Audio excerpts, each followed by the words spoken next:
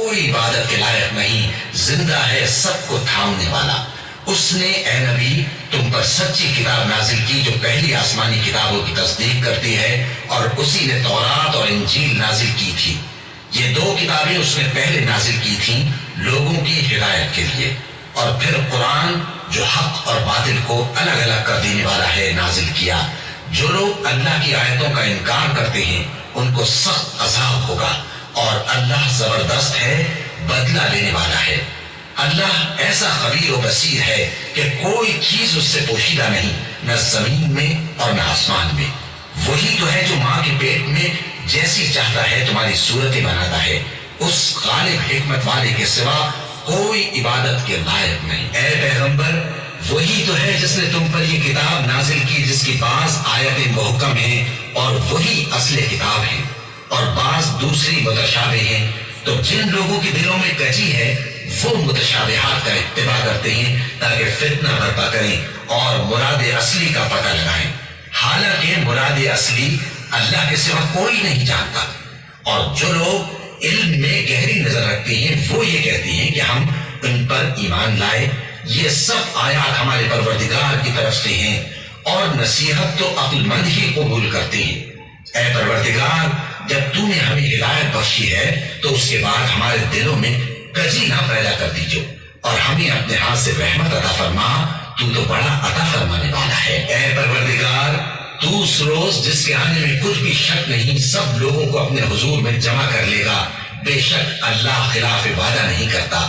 جو لوگ کافر ہوئے اس دن نہ تو ان کا مال ہی اللہ کے عذاب سے ان کو بچا سکے گا اور نہ ان کی اولاد ہی کچھ کام آئے گی، اور یہ لوگ آتش جہنم کا ایندھن ہوں گے۔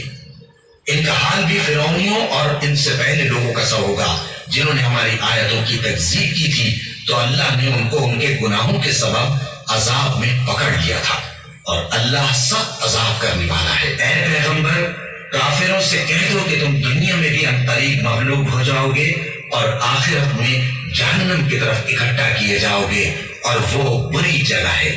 تمہارے لیے دو گروہوں میں جو جنگ بدر کے دن آپس میں بھڑ گئے قدرت الہی کی عظیم الشان نشانی تھی۔ ایک گروہ مسلمانوں کا تھا، وہ اللہ کی راہ میں لڑ رہا تھا، اور دوسرا گروہ کافروں کا تھا، وہ ان کو اپنی آنکھوں سے اپنے سے دگنا مشاہدہ کر رہا تھا۔ اور اللہ اپنی نصرت سے جس کو چاہتا ہے مدد دیتا ہے۔ جو اہل بصارت ہیں ان کے لیے اس واقعے میں بڑی عبرت ہے۔ لوگوں کو ان کی خواہشوں کی چیزیں یعنی عورتیں اور بیٹے اور سونے اور چاندی کے بڑے بڑے ڈھیر اور نشان لگے ہوئے گھوڑے اور مویشی اور کھیتی بڑی زینت دار معلوم ہوتی ہیں، مگر یہ سب دنیا ہی کی زندگی کے سامان ہیں، اور اللہ کے پاس بہت اچھا ٹھکانہ ہے۔ اے پیغمبر ان سے کہو کہ بھلا میں تم کو ایسی چیز بتاؤں جو ان چیزوں سے کہیں اچھی ہو؟ سنو، جو لوگ پرہیزگار ہیں ان کے لیے اللہ کے ہاں باغات بہشت ہیں جن کے نیچے نہریں بہ رہی ہیں، ان میں وہ ہمیشہ رہیں گے، اور پاکیزہ بیویاں ہیں، اور سب سے بڑھ کر اللہ کی خوشنودی۔ اور اللہ اپنے سب بندوں کو دیکھ رہا ہے جو اللہ سے التجا کرتے ہیں کہ اے پروردگار ہم ایمان لے آئے سو ہم کو ہمارے گناہ معاف فرما اور ہم کو دوزخ کے عذاب سے محفوظ رکھ۔ یہ وہ لوگ ہیں جو مشکلات میں صبر کرتے اور سچ بولتے اور عبادت میں لگے رہتے اور نیکی میں خرچ کرتے اور اوقات سحر میں گناہوں کی معافی مانگا کرتے ہیں۔ اللہ تو اس بات کی گواہی دیتا ہے کہ اس کے سوا کوئی معبود نہیں،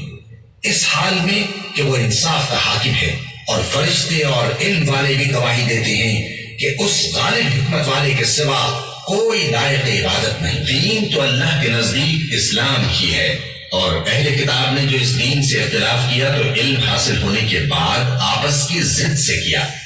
اور جو شخص اللہ کی آیتوں کو نہ مانے تو اللہ جلد حساب دینے والا ہے۔ اے پیغمبر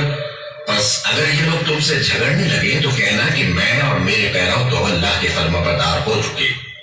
اور اہل کتاب اور ان پڑھ لوگوں سے کہو کہ کیا تم بھی اللہ کے فرمانبردار بنتے اور اسلام لاتے ہو؟ بس اگر یہ لوگ اسلام لے آئیں تو بے شک ہدایت پالیں، اور اگر تمہارا کہا نہ مانے تو تمہارا کام صرف اللہ کا پیغام پہنچا دینا ہے، اور اللہ اپنے بندوں کو دیکھ رہا ہے۔ جو لوگ اللہ کی آیتوں کو نہیں مانتے اور انبیاء کو ناحق قتل کرتے رہے ہیں اور جو انصاف کرنے کا حکم دیتے ہیں انہیں بھی مار ڈالتے ہیں، ان کو دکھ دینے والے عذاب کی خوشخبری سنا دو۔ یہ ایسے لوگ ہیں جن کے اعمال دنیا اور آخرت دونوں میں برباد ہیں اور ان کا کوئی مددگار نہیں ہوگا۔ بھلا تم نے ان لوگوں کو نہیں دیکھا جن کو کتاب یعنی تورات سے حصہ دیا گیا اور وہ اس کتاب اللہ یعنی قرآن کی طرف بلائے جاتے ہیں تاکہ یہ ان کے تنازعات کا ان میں فیصلہ کر دے، تو ایک فریق ان میں سے پھر جاتا ہے اور منہ پھیر لیتا ہے، یہ اس لیے کہ یہ اس بات کے قائل ہیں کہ دوزخ کی آگ ہمیں چند روز کے سوا چھو ہی نہیں سکے گی، اور جو کچھ یہ دین کے بارے میں بہتان باندھتے رہے ہیں اس نے ان کو دھوکے میں ڈال رکھا ہے۔ تو اس وقت کیا حال ہوگا جب ہم ان کو جمع کریں گے، یعنی اس روز جس کے آنے میں کچھ بھی شک نہیں، اور ہر نفس اپنے اعمال کا پورا پورا بدلہ پائے گا اور ان پر ظلم نہیں کیا جائے گا۔ کہو کہ اے اللہ، اے بادشاہی کے مالک، تو جس کو چاہے بادشاہی بخشے اور جس سے چاہے بادشاہی چھین لے، اور جس کو چاہے عزت دے اور جسے چاہے ذلیل کرے۔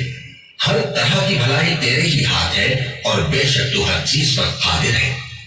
تو ہی رات کو دن میں داخل کرتا اور تو ہی دن کو رات میں داخل کرتا ہے، تو ہی بے جان سے جاندار پیدا کرتا ہے اور تو ہی جاندار سے بے جان پیدا کرتا ہے، اور تو ہی جس کو چاہتا ہے بے حساب رزق بخشتا ہے۔ مومنوں کو چاہیے کہ مومنوں کے سوا کافروں کو دوست نہ بنائے، اور جو ایسا کرے گا اس سے اللہ کا کچھ عہد نہیں۔ ہاں، اگر اس طریق سے تم ان کے شر سے بچاؤ کی صورت پیدا کرو تو مذائقہ نہیں، اور اللہ تم کو اپنے غضب سے ڈراتا ہے اور اللہ ہی کی طرف تم کو لوٹ کر جانا ہے۔ اے پیغمبر، لوگوں سے کہہ دو کہ کوئی بات تم اپنے دلوں میں مخفی رکھو یا اسے ظاہر کرو، اللہ اس کو جانتا ہے،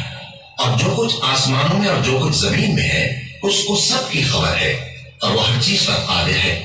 جس دن ہر شخص اپنی کی ہوئی نیکی کو موجود پا لے گا اور اپنی برائی کو بھی دیکھ لے گا تو آرزو کرے گا کہ اے کاش اس میں اور اس برائی میں دور کی مسافت ہو جاتی، اور اللہ تم کو اپنے غضب سے ڈراتا ہے اور اللہ اپنے بندوں پر نہایت مہربان ہے۔ اے پیغمبر، لوگوں سے کہہ دو کہ اگر تم اللہ کو دوست رکھتے ہو تو میری پیروی کرو، اللہ بھی تمہیں دوست رکھے گا اور تمہارے گناہ معاف کر دے گا، اور اللہ بخشنے والا ہے، مہربان ہے۔ کہہ دو کہ اللہ اور اس کے رسول کا حکم مانو، بس اگر وہ نہ مانے تو اللہ بھی کافروں کو دوست نہیں رکھتا۔